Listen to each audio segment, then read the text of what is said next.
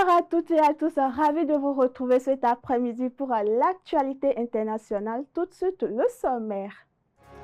Au Maroc, 2 soldats américains portés disparus lors de l'exercice africain Lyon 2026. Au Mali, retrait progressif de la Russie après la prise de Kidal par des groupes armés. En France, Jean-Luc Mélenchon se déclare candidat à la présidentielle de 2027. Apprendre chauffeur, c'est ça qui est. Oui, c'est ça, lui. Ouais, non, tu vas bien, j'allais vous faire, chaque le coach est dans d'ailleurs. On est pas avec lui, on a pas commandé pour être ouais. Déjà, pas toi, mais le moment. Il va zombi. Bla. Alors, quand tu es, évidemment, tu peux me le faire à Brokunai.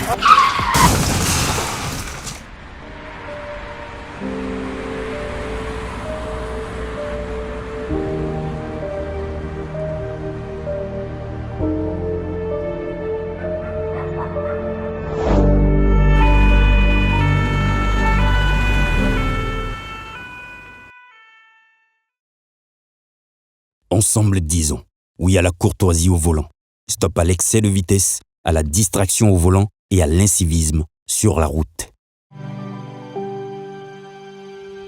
Tu viens d'avoir le bac ou tu veux te reconvertir dans un domaine d'avenir, faire le choix du numérique et rejoindre l'école supérieure d'administration, d'économie, de journalisme et des métiers de l'audiovisuel, ESAE. De nouvelles filières sont disponibles dès cette rentrée: informatique et multimédia, informatique industrielle et maintenance, réseau informatique et télécommunications, système informatique et logiciel, sans oublier les filières initiales: administration générale, administration des finances, administration des affaires, sciences juridiques, sciences économiques, sciences de gestion, journalisme et métiers de l'audiovisuel. ESAE est disponible sur 4 sites: Cotonou-Badjoumendé, Cotonou-Akpakpa, Abomey-Calavi et Parakou. Pourquoi choisir l'ESAE? Des formations conçues pour le marché de l'emploi, des enseignants expérimentés et passionnés, des infrastructures modernes avec équipement de pointe, des opportunités de stage et d'emploi garanties. Les inscriptions sont en cours et les places sont limitées. Ne rate pas ta chance,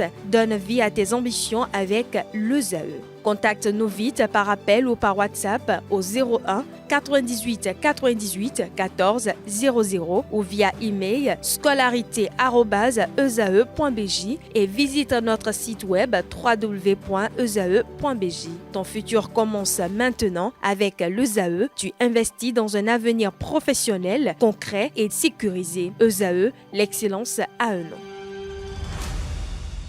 Mesdames et messieurs, bonsoir et bienvenue dans ce journal. Dans le nord du Mali, en pleine zone désertique, un point de forage d'eau stratégique a été saboté ces derniers jours, privant plusieurs localités d'une source vitale. Cet acte survenu dans une région déjà confrontée à l'insécurité et à la rareté de l'eau ravive les inquiétudes autour de l'accès à l'eau potable et de la situation humanitaire dans cette partie du pays. Suivons à présent un extrait de vidéo. Abissakat est le chef d'Efeli, un hameau à 25 km au nord de Thessalite, qui a vu passer par 2 fois en janvier dernier les patrouilles de l'Africa Corps, cette organisation sous tutelle russe qui a pris la suite du groupe Wagner sur le continent et qui tenait les environs aux côtés de l'armée malienne. Ils sont arrivés le matin. Lorsque les gens ont commencé à les reconnaître, ils se sont mis à fuir dans tous les sens. Ils ont été plusieurs personnes et nous n'avons plus de leurs nouvelles. Nous ne savons pas s'ils ont été tués ou non. Ils ont commencé à tout détruire ici. Les panneaux solaires, les maisons. Ce forage est la seule source d'eau pour ces nomades dans un rayon de 50 km. Après le premier passage de l'Africa Corps, les nomades ont fui la zone et dénoncent aujourd'hui les méthodes de ces militaires russes qui pratiquent selon eux la politique de la terre brûlée, à l'image de cette citerne et de son système d'alimentation détruit visiblement à l'explosif, rendant pour l'heure l'unique point d'eau potable de la région inutilisable, tout comme ce bâtiment qui accueillait une école. Voilà la classe des élèves. C'est ici qu'ils étudient. Ils sont venus pour la détruire. Ils ne veulent aucun développement pour les nomades. Ils ont détruit la salle de classe et le bâtiment de la direction. Ces accusations d'exaction contre des civils de la part de l'Africa Corps ne sont pas les premières, et les autorités russes les ont déjà démenties par le passé. Mais ces nomades n'y croient pas, et la peur est réelle de tomber ici sur des mines ou des pièges laissés par les militaires russes. Regardez, ici. Ils ont creusé un trou. On ne sait pas ce qu'ils ont mis, et on a peur de s'en approcher. Cette maison a été brûlée. Regardez à l'intérieur. Tout a été incendié.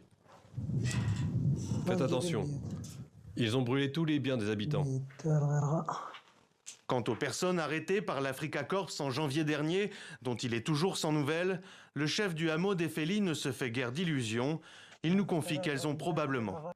Toujours dans le même contexte, dans le nord du Mali, la ville de Kidal est tombée en une semaine aux mains des combattants du Front de libération de l'Azawad et des djihadistes du groupe de soutien à l'islam et aux musulmans. Ces affrontements ont également coûté la vie au ministre de la Défense de la junte, considéré comme un soutien clé de la présence russe. Face à cette situation, la Russie, autant pour moi, amorcerait un retrait stratégique relançant les interrogations sur la stabilité du régime militaire malien. Suivons à présent un extrait de vidéo. Les Touaregs du Front de libération de l'Azawad, FLA, et les djihadistes du groupe de soutien à l'islam et aux musulmans qui a prêté allégeance à Al-Qaïda au Sahel ont continué vendredi à s'emparer de nouveaux avant-postes au Mali. Dans le nord du pays, ils ont chassé les forces gouvernementales et leurs alliés russes de la base militaire de Tessalit, a déclaré à l'AFP un représentant du groupe séparatiste FLA. Selon l'expert Thierry Vircoulon, au cours d'une semaine d'offensive massive contre les positions de la junte dirigée par Assimi Goïta, les rebelles ont pris la ville symbolique de Kidal et tué le principal soutien de la présence de Moscou dans le pays, le ministre de la Défense, Sadio Kamara. Le problème principal de Moscou, c'est de pouvoir dégager des ressources pour les réinjecter au Mali, puisqu'on voit que depuis que la situation militaire s'est dégradée au Mali, et ça fait quand même 2 ans après, Moscou n'a pas augmenté sa présence paramilitaire au Mali. Donc on voit bien qu'ils arrivent peut-être aux limites de leur capacité et que c'est difficile de faire la guerre sur plusieurs fronts. En 2025, les combattants du corps africain, une unité du ministère russe de la Défense, a remplacé le groupe Wagner au Mali. Aujourd'hui, ils sont entre 2000 et 2500 déployés dans le pays. Mais pour maintenir une présence russe au Mali, compter uniquement sur des mercenaires ne suffit pas, estime l'expert. C'est une guerre qu'ils ne peuvent pas gagner dans le fond. Et donc, ils peuvent peut-être ajouter des moyens aériens pour bombarder, comme ils l'ont déjà fait, les zones rebelles, etc. Parce que c'est une guerre de guérilla dans un pays pour lequel la Russie n'a pas tellement d'implantation, ne connaît pas très bien, n'a pas tellement de capacité de renseignement. Et c'est ce type de guerre, là, on l'a montré, on l'a vu en Afghanistan. Après une semaine d'affrontements, les troupes gouvernementales et leurs alliés russes du corps africain ont accepté de se retirer de plusieurs villes sans combattre, y compris Kidal, dont la reprise était la seule grande victoire de cette alliance. Ils avaient repris le contrôle de la ville en 2023. Selon Thierry Vircoulon, les rebelles contrôlent jusqu'à 70% du territoire malien.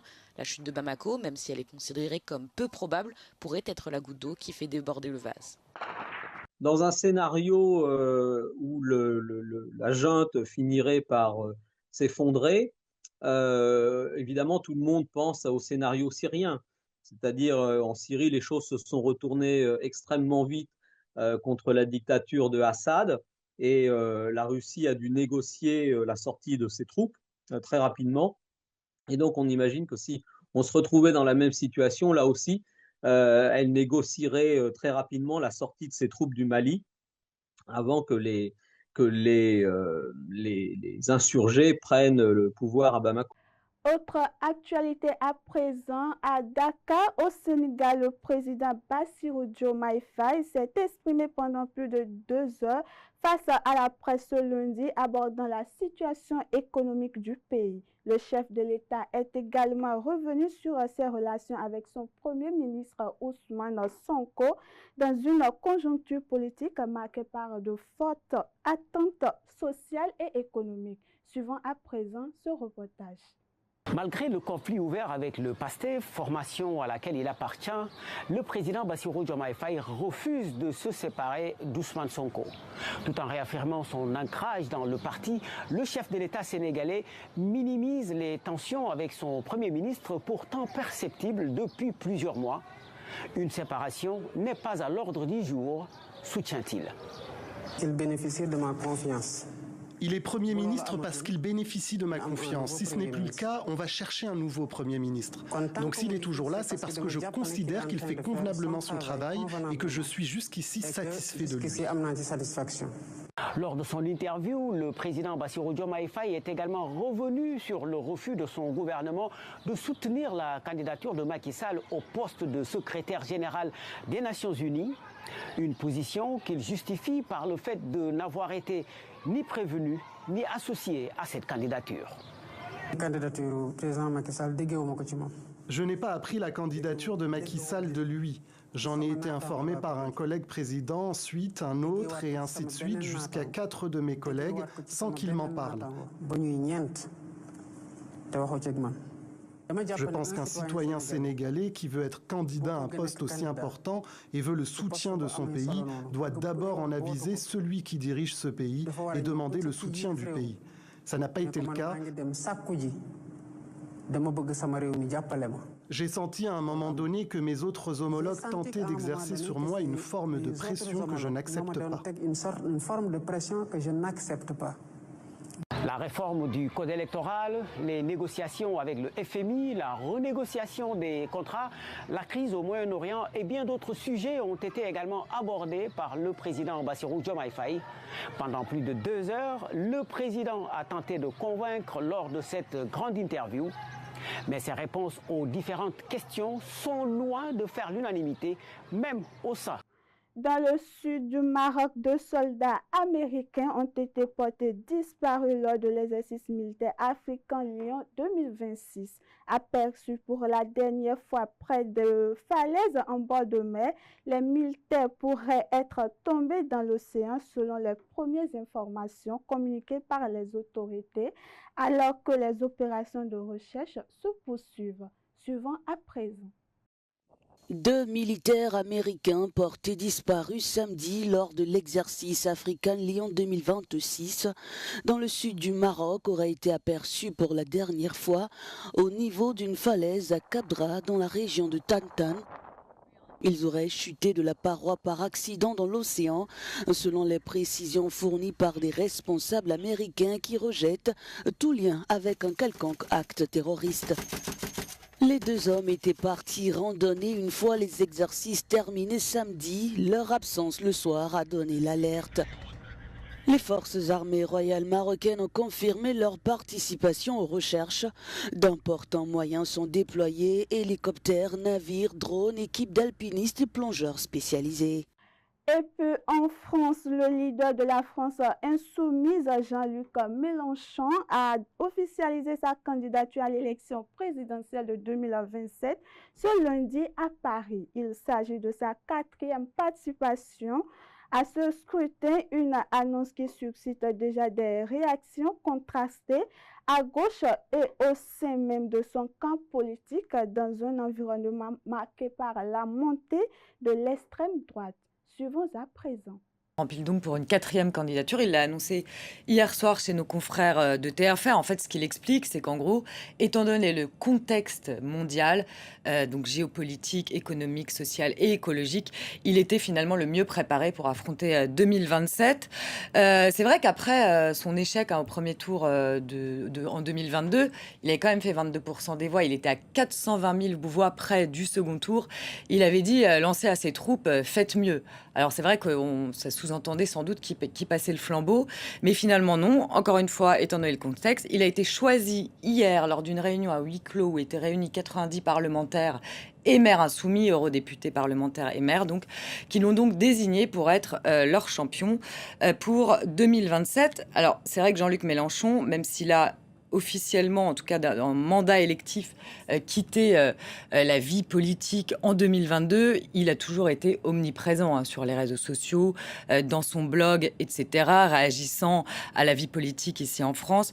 Donc cette omniprésence, elle lui a quand même permis de fédérer un socle électoral solide, d'essayer de rallier à lui un électorat populaire et abstentionniste. Et on a vu, si on regarde par exemple les dernières municipales, que finalement ça a pas mal fonctionné, puisque LFI a quand même gagné des mairies et fait entrer des conseillers municipaux dans pas mal de communes ici en France. Mais est-il le mieux placé pour faire gagner? En Israël, les autorités ont décidé de prolonger de 2 jours, ce lundi 4 mai 2026, la détention des militants Thiago Avila et Saïf Abou Kessek, arrêtés en mai alors qu'ils tentaient de rejoindre la bande de Gaza à bord d'une flottille de soutien. Soupçonnés de lien avec une organisation terroriste selon les autorités israéliennes, ils restent les seuls détenus tandis que le Brésil et l'Espagne dénoncent une arrestation jugée illégale. Suivant à présent un extrait de vidéo.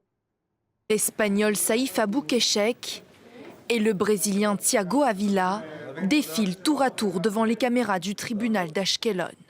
La détention de ces 2 militants a été prolongée de 2 jours par Israël. Nous rejetons toutes les accusations qui ont été formulées aujourd'hui lors de l'audience. Et nous estimons et exigeons que ces 2 hommes soient libérés immédiatement. Arrêtés ce jeudi dans les eaux internationales avec des dizaines d'autres militants regroupés en flottille au large de la Grèce, ils se dirigeaient, selon les organisateurs, en direction de Gaza pour tenter de briser le blocus israélien dans l'enclave palestinienne. Saïf Abou Kessek et Thiago Avila sont les seuls membres de cette flottille à être encore en détention. Les renseignements israéliens les soupçonnent d'affiliation à une organisation terroriste. L'Espagne a démenti tout lien entre son ressortissant et le Hamas et a accusé une fois de plus Israël d'enfreindre le droit international. Il s'agit là d'une nouvelle violation de ce droit. Nous exigeons la libération du citoyen espagnol qui a été illégalement enlevé par le gouvernement Netanyahou. La détention de Saïf Abou Kessek et Thiago Avila est considérée comme illégale par plusieurs pays et a déclenché de nombreuses manifestations. À Erevan, en Arménie, une quarantaine de pays participent ce lundi 4 mai 2026 au sommet de la communauté politique européenne. Plusieurs dirigeants européens, dont le président ukrainien Volodymyr Zelensky, prennent part à cette rencontre consacrée au renforcement de la coopération politique et sécuritaire sur le continent, dans un contexte marqué par la volonté de l'Arménie de se rapprocher de l'Europe malgré les tensions avec la Russie. Suivant à présent. Aujourd'hui et demain, 2 sommets pro-européens, sommets que Moscou, qui n'en est pas, voit évidemment d'un mauvais œil. Bilal Tarabé. C'est une véritable démonstration de force diplomatique qui démarre ce lundi à Yerevan, en Arménie. Une quarantaine de pays du continent européen, mais aussi le Canada, réunis dans le cadre de la CPE, la Communauté des pays européens, un format qui rassemble des États membres et non membres de l'Union européenne, créé après l'invasion à grande échelle de l'Ukraine, pour assurer notamment la sécurité du continent. De manière globale, nous faisons face à une guerre sur 2 fronts, l'Ukraine, qui en est à sa 5e année, et l'Iran. Hasard de la géographie, l'Arménie est un pays voisin de l'Iran et une victime collatérale, comme une grande partie du monde, de la guerre en cours. Nous souhaitons qu'il y ait surtout une réouverture concertée entre l'Iran et les États-Unis. C'est la seule solution qui permette durablement de rouvrir le détroit d'Ormuz, de permettre la libre navigation et de le faire sans restriction et sans péage. Pour la première fois depuis sa création en 2022, la CPE invite un non-européen, le Premier ministre canadien Mark Carney. Une volonté d'ouvrir ce format continental à l'Amérique, mais sans Donald Trump.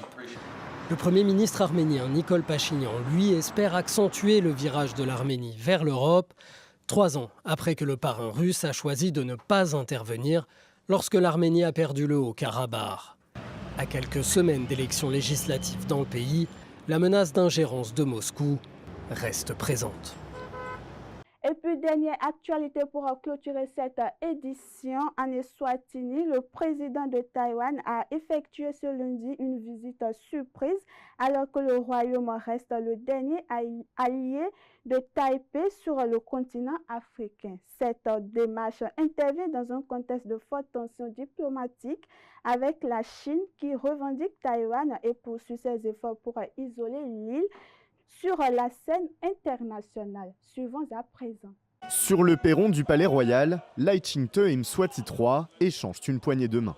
Le roi d'Eswatini accueille le président taïwanais avec des cadeaux et un accord d'assistance mutuelle, des marques de soutien rares pour l'île asiatique.